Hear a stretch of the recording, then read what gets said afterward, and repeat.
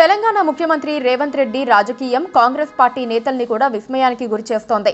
చేతకానితనాన్నే ఆయన బలంగా ప్రచారం చేసుకుంటున్నారు. అదే తన బలం అంటున్నారు.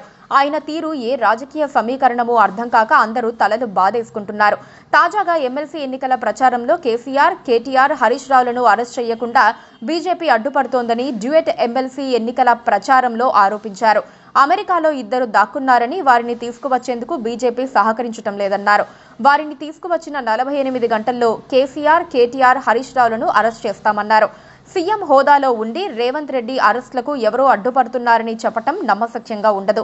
ఎందుకంటే కేటీఆర్ను అరెస్ట్ చేయడానికి ఒక్క ఫోన్ ట్యాపింగ్ కేసు కాదు, రేవంత్ చేతిలో బ్రహ్మాస్త్రంలా ఫార్ములా ఈరేసు వ్యవహారం ఉంది. ఈ కేసులో సుప్రీంకోర్టులోనూ కేటీఆర్కు ఊరట లభించలేదు. అరెస్టు చేయాలనుకుంటే ఇప్పటికిప్పుడు అరెస్ట్ చేయవచ్చు. అయినా అరెస్టు చేయకుండా బీజేపీ అడ్డుపడుతోందని రేవంత్ వ్యాఖ్యానించడం కాస్త అతిశయోక్తిగానే ఉంది. అరెస్టుల ద్వారా అనవసర మైలేజీలు ఇవ్వటం ఎందుకని రేవంత్ అనుకుంటున్నారో, లేకపోతే సరైన సాక్ష్యాలు లేవని ఊరుకున్నారో కానీ ఆ దిశగా ప్రయత్నం చేయటం లేదు. కానీ బీజేపీనే కాపాడుతోందని నిందలు వేస్తున్నారు. ఇంతకన్నా చేతకానితనం ఏముంటుందని కాంగ్రెస్ కార్యకర్తలు గొనుక్కుంటున్నారు.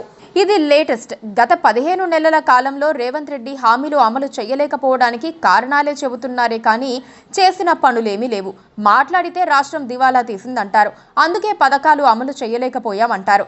మళ్లీ దేశంలో ఏ రాష్ట్రం చేయని విధంగా పథకాలు అమలు చేశామంటారు. అమలు చేస్తే ఇన్ని సమస్యలెందుకు, ధైర్యంగా ఎందుకు చెప్పుకోలేకపోతున్నారో అర్థం కావటం లేదు. చివరికి అత్యంత ప్రతిష్టాత్మకమని చెప్పుకున్న కులగణనలోనూ అదే సమస్య. కులగణన ఆషామాషిగా చేసేశారు.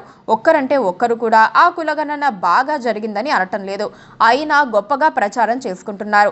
తమకు మద్దతుగా రావాలని బీసీ నేతల్ని వేడుకుంటున్నారు. ప్రభుత్వ పరంగా ఏమీ చేయలేకపోతున్నారు. మరి పార్టీ పరంగా ఏమైనా మేలు చేస్తున్నారా అంటే అది లేదు. పార్టీ నామినేటెడ్ పోస్టులు ఎప్పుడిస్తారా అని కార్యకర్తలు ఎదురు చూస్తున్నారు. మంత్రివర్గాన్ని విస్తరించలేకపోతున్నారు. కనీసం పార్టీ పదవుల్ని భర్తీ చేయలేకపోతున్నారు.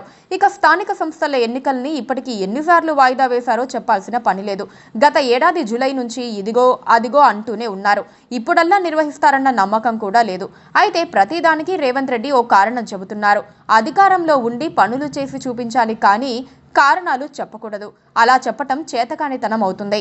విచిత్రంగా రేవంత్ రెడ్డి తన బలం చేతకానితనమేనన్నట్లుగా వ్యవహరిస్తున్నారు. మాటకారితనంతో ముందుకెళ్తున్నారు. కానీ ఇది ఎప్పటికీ రివర్స్ అయ్యే స్ట్రాటజీనే. Please subscribe to KTV Telugu. KTV Telugu. KTV Telugu. KTV Telugu channel.